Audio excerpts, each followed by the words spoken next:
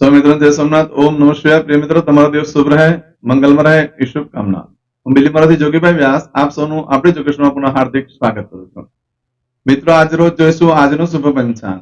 આજે તારીખ છે 4/12/2024 ને બુધવાર, માગસર સુદ ત્રીજ તિથિ છે। આજે મહુડી ઘંટાકરણ મંદિરની પ્રતિષ્ઠાનો દિન છે, ત્યાં આગળ આજે મોટો યજ્ઞ હશે। આજે જે બાળકનો જન્મ થાય છે એની તિથિ ગણાય છે ત્રીજ। આ ત્રીજ તિથિ આજે બપોરે 1:11 પૂર્ણ થઈ જાય છે અને ત્યાર પછી જે બાળકનો જન્મ થાય એની ચોથ તિથિ ગણાશે। આજે જે બાળકનો જન્મ થાય છે એનું નક્ષત્ર ગણાય છે પૂર્વષાઢા। આ પૂર્વષાઢા નક્ષત્ર આજે સાંજે 5:15 પૂર્ણ થઈ જાય છે અને ત્યાર પછી જે બાળકનો જન્મ થાય એનું ઉત્તરાષાઢા નક્ષત્ર ગણાશે। આજે જે બાળકનો જન્મ થાય છે એનો યોગ ગણાય છે ગંડ। આ ગંડ યોગ આજે બપોરે 1:57 પૂર્ણ થઈ જાય છે અને ત્યાર પછી જે બાળકનો જન્મ થાય એનો વૃદ્ધિ યોગ ગણાશે। આજે જે બાળકનો જન્મ થાય છે એનું કરણ ગણાય છે ઘર। ઘર કરણ આજે બપોરે 1:11 પૂર્ણ થઈ જાય છે અને ત્યાર પછી જે બાળકનો જન્મ થાય એનું વણિજ કરણ ગણાશે। આજે જે બાળકનો જન્મ થાય છે એની રાશિ ગણાય છે ધન। ધન રાશિનો અક્ષર આવે છે ભ, પ, ધ। ધન રાશિનો સ્વામી ગુરુ ગણાય છે। આજે આખા દિવસમાં કોઈ પણ બાળકનો જન્મ થાય બધાની રાશિ ધન ગણાશે। આ ધન રાશિ ચોથી તારીખે રાત્રે 11:20 પૂર્ણ થાય છે, એટલે ત્યાં સુધી જે બાળકોના જન્મ થશે બધાની રાશિ ધન ગણાશે। રાશિ તિથિ નક્ષત્રો યોગ કરણનું બહુ જ મહત્વ છે મિત્રો। એના પ્રમાણે જીવનમાં શુભ અશુભ ફળ મળતું હોય છે, એની ચોક્કસ પ્રમાણે પૂજા વિધિ કરી લેવી જેથી કરીને જીવન સરળ બની જાય। આજે જે કોઈ મારા સબસ્ક્રાઇબ મિત્ર, મારા ઘર પરિવારમાંથી કોઈ પણ સદસ્યની વર્ષગાંઠ છે, મેરેજ એનિવર્સરી છે, બધાને મારી ઘણી ઘણી શુભકામના। તમારા જીવનમાં ખૂબ ખૂબ પ્રગતિ ઉન્નતિ થાય એ ભગવાન શંકરને હું પ્રાર્થના કરું છું। આજના દિવસે આજનું સુકન કરી લો। જો આજનું સુકન કરેલું હશે તો તમારું આખું વર્ષ સુંદર રીતે વ્યતીત થશે। આજે મારા સબસ્ક્રાઇબ મિત્ર, મારા ઘર પરિવારમાંથી કોઈ પણ સદસ્ય કોઈ પણ જગ્યા પર આજે ઇન્ટરવ્યુ આપવા જઈ રહ્યા છે, કોઈ નોકરી ધંધા માટે જઈ રહ્યું છે, કોઈ પરીક્ષા આપવા જઈ રહ્યું છે, કોઈ યાત્રા પ્રવાસ માટે જઈ રહ્યું છે, આજે કોઈ જાન લઈને જઈ રહ્યું છે, કોઈ વિદેશમાં જઈ રહ્યું છે, આજે કોઈનું ઓપરેશન હોઈ શકે, ડિલિવરી હોઈ શકે, આજે કોઈની સગાઈ પણ હોઈ શકે, કોઈની છઠ્ઠીની પૂજા પણ હોઈ શકે, એના સિવાય કોઈ પણ કાર્યનો આરંભ કરવા જઈ રહ્યા છો તો ભગવાન શંકરનો પ્રાર્થના કરું કે તમારા જીવનમાં ખૂબ ખૂબ પ્રગતિ થાય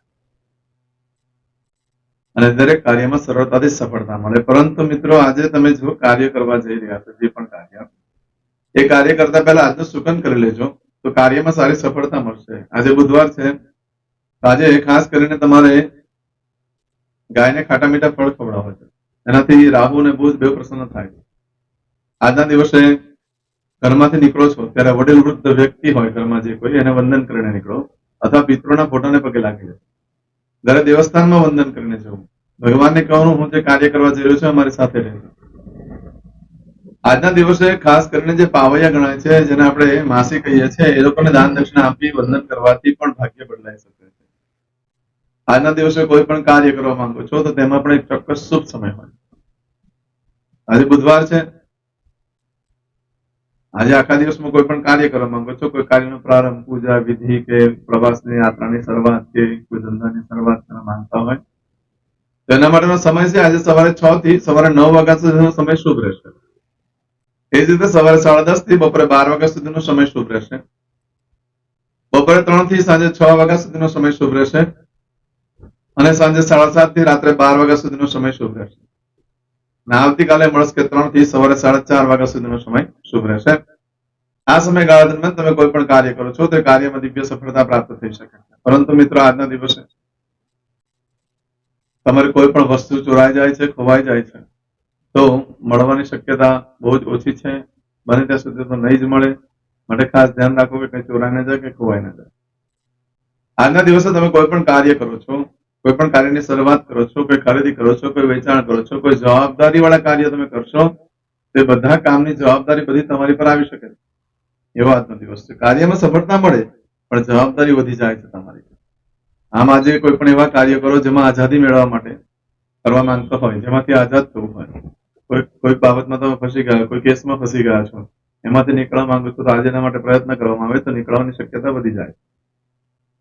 કોઈ રોગ, કોઈ ભયથી પીડાતા હોય, એમાંથી નીકળવા માટે આજે પ્રયત્ન કરવામાં આવે, એને લગતી ટ્રીટમેન્ટ લેવામાં આવે તો એમાંથી નીકળી શકાય છે। આઝાદી મેળવવી એટલે કોઈ પણ કાર્યના બંધનમાંથી મુક્ત થવું, એના માટે આજે સરસ દિવસ છે। આજે ઇન્ટરવ્યુ આપવા માટે પણ સરસ, વિચારણા કરવા માટે પણ સરસ, ખરીદી કરવા માટે પણ સરસ, આજે પશુની ખરીદી કરવા માટે પણ ઉત્તમ દિવસ છે। આજે દસ્તાવેજ ઉપર સાઇન કરવા માટે પણ ચાલે એવું છે. આજે નવા વસ્ત્ર ભૂલમાં પણ ના પહેરશો. આજે નવા વસ્ત્ર પહેરવાથી તમારી સ્ત્રી તરફથી માંદગીની સમસ્યા આવીને ઉભી રહી જશે. અને આજે ખાસ કરીને ધ્યાન રાખજો કે જે દીકરીઓના લગ્ન થયા હોય અને સાસરેથી પિયર આવી હોય અને પિયર આવ્યા પછી પહેલી વાર પોતાના સાસરે જવાની હોય તો નહીં જશો, કારણ કે આજે જો પહેલી વાર સાસરે જાય છે તેનું આખું જિંદગી માટે આયુષ્ય આરોગ્ય બગડતું જ રહે છે. માટે આજનો દિવસ આ રીતે છે. એમાં આવું બધું જે ફળ છે આજે સાંજે 5 ને 15 મિનિટ સુધીમાં મળે, પરંતુ આજે સાંજે 5 ને 15 મિનિટ થી લઈ આવતીકાલે સાંજે 5 ને 27 મિનિટ સુધીમાં જો તમે કોઈ કાર્ય કરો છો તો તેનું ફળ બદલાઈ જાય. એમાં તમારી કોઈ વસ્તુ ચોરાઈ ગઈ, ખોવાઈ ગઈ તો 30 દિવસમાં મળે, બાકી મળવાની શક્યતા બહુ જ ઓછી છે. આજના દિવસે આરંભ કરેલા કાર્યમાં પ્રાથમિક શારીરિક જરૂરિયાત પૂરી થશે. માનસિક શાંતિ મળતી નથી, બાકી બીજી બધી રીતે સુખ શાંતિ સગવડતા ભરેલું રહેશે. કાર્ય કરવાથી સફળતા ચોક્કસ મળશે, પણ માનસિક ટેન્શન રહ્યા કરશે. આજે ખરીદી કરવા માટે પણ ચાલે, વેચાણ કરવા માટે પણ ચાલે, પશુની ખરીદી માટે પણ ઉત્તમ દિવસ છે. દસ્તાવેજ ઉપર સાઇન કરવા માટે પણ આજનો દિવસ ઉત્તમ છે. આજના દિવસે નવા વસ્ત્ર ધારણ કરો છો તો ઘરમાં વડીલ વ્યક્તિ હોય તેની સાથે મતભેદ થઈ શકે, સરકારી અર્ધ સરકારીમાં કામમાં મોટી તકલીફ આવી શકે છે. આજના દિવસે નવા વસ્ત્ર પહેરવાથી પિકનિકનું આયોજન થાય, સારું ભાવતું ભોજન મળી શકે છે, પણ આત્મવિશ્વાસ ડગી જશે. માટે ભલમાં પણ આજે નવા વસ્ત્ર બને ત્યાં સુધી ન પહેરશો. પરંતુ જે રાજકારણમાં હોય છે એ લોકો જો નવા વસ્ત્ર પહેરે છે એ લોકોનો પ્રગતિકારક સમય શરૂ થઈ જશે. આજે ચાંદલા વિધિ માટે વિષય સગાઈ માટેનો સરસ દિવસ છે, કરી શકાય છે. આવું બધું ફળ આજે તમને સાંજે 5 ને 15 થી લઈ આવતીકાલે સાંજે 5 ને 27 મિનિટ સુધીમાં મળે. આજે જોઈશું આજના મુહૂર્તો. આજના દિવસે લગ્નને લગતું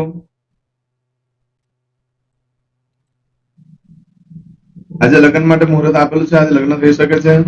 આજે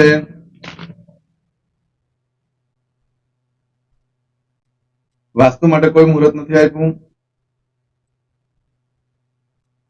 આજે ખાત મુહૂર્ત થઈ શકે છે. આજે કરશો આજનો સંકલ્પ, ચમચીમાં પાણી લઈ લો. અદ્યત્રે માસને માસોત્તમ બ્રહ્મ પવિત્ર માર્ગશીર્ષ માસે શુભે શુક્લ પક્ષે તૃતીયાયામ અંતર્ગત ચતુર્થીયાયામ સૌમ્યવાસન વિત્તાયામ. હવે દરેક જણા પોતાનું સાચું નામ બોલી દો. તમારું ગોત્ર ખબર હોય તો ગોત્ર બોલી દેવાનું.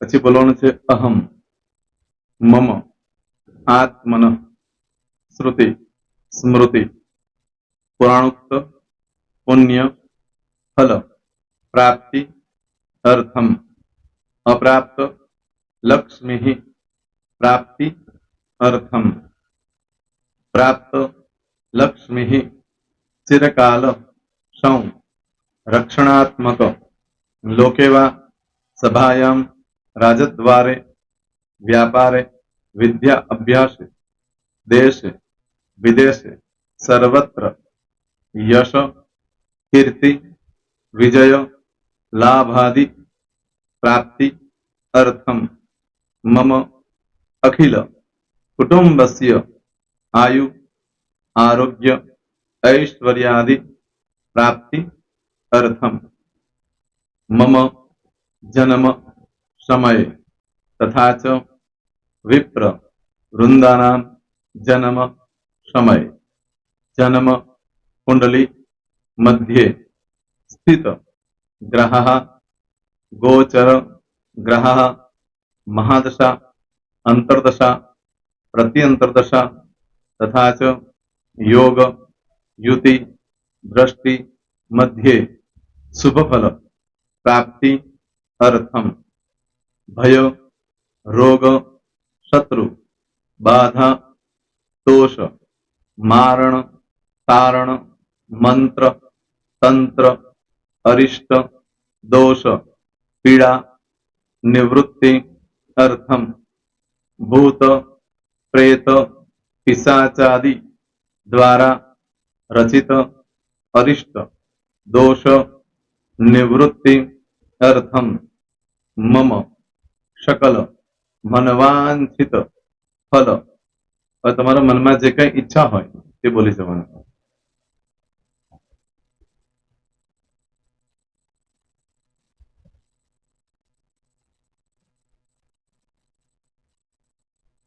बोलो अनुसारतः सकल मनवांछित फल પ્રાપ્તિ અર્થમ. હવે જે બરકતની પૂજા વાળા છે એ લોકો તો આ બધું બોલવાનું જ હોય છે, એ લોકો માટે કોઈ સ્પેશિયલ નથી. પણ જે લોકોએ હવે જે કહું છું તે લોકોએ જ બોલવાનું, જેના લગ્ન થઈ ગયા હોય એ લોકોએ બોલવાનું છે. મમ દાંપત્ય જીવન મધ્યે સુખાકારી પ્રાપ્તિ અર્થમ પુત્ર પૌત્રાદિ સંતતિ પ્રાપ્તિ અર્થમ. આ સંતાન પ્રાપ્તિ વાળા માટે પણ આવી જાય છે એમાં. દીર્ઘ આયુ આરોગ્ય ઐશ્વર્યાદિ પ્રાપ્તિ અર્થમ. તથા ચ, હવે જેના લગ્ન નથી થયા તે લોકોએ બોલવાનું. મમ જટટી વિવાહ યોગ પ્રાપ્તિ અર્થમ વિવાહ પશ્ચાત દાંપત્ય જીવન મધ્યે સુખાકારી પ્રાપ્તિ અર્થમ. હવે જે લોકોને સંતાન પ્રાપ્તિ નથી, જે લોકોને સંતાન પ્રાપ્તિ છે કરવી છે એ લોકોએ બોલવાનું. મમ દાંપત્ય જીવન મધ્યે સુખાકારી પ્રાપ્તિ અર્થમ તથા ચ દીર્ઘ આયુ આરોગ્ય ઐશ્વર્યાદિ સમન્વિત સંતતિ સુખ પ્રાપ્તિ અર્થમ.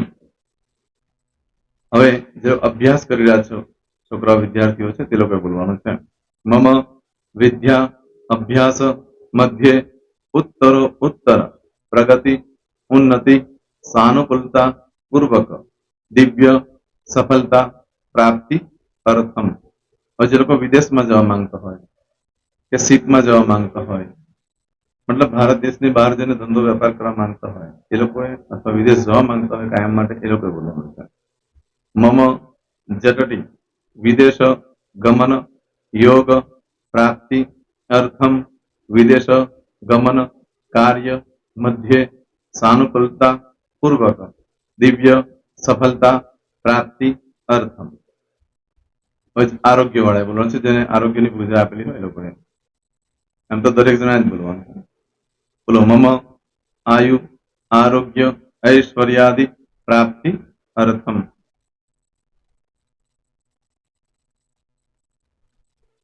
હવે દરેક જણા બોલવાનું. સકલ મનવાંછિત ફલ પ્રાપ્તિ અર્થમ અદ્ય દિને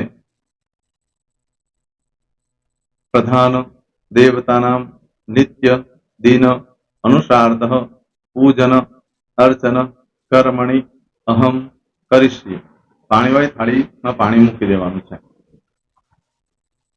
હવે તમારી બધી પૂજા જે મેં આપેલી છે એ પૂજા થઈ જાય, અથવા તો તમે રોજ પૂજા કરતા છો મારી પાસેથી નથી લઈ ગયા, એ પૂજા થઈ જાય પછી ફરી પાછી ચમચીમાં પાણી લેવાનું. અહીંયા વિડીયોને સ્ટોપ કરી દેવાનું.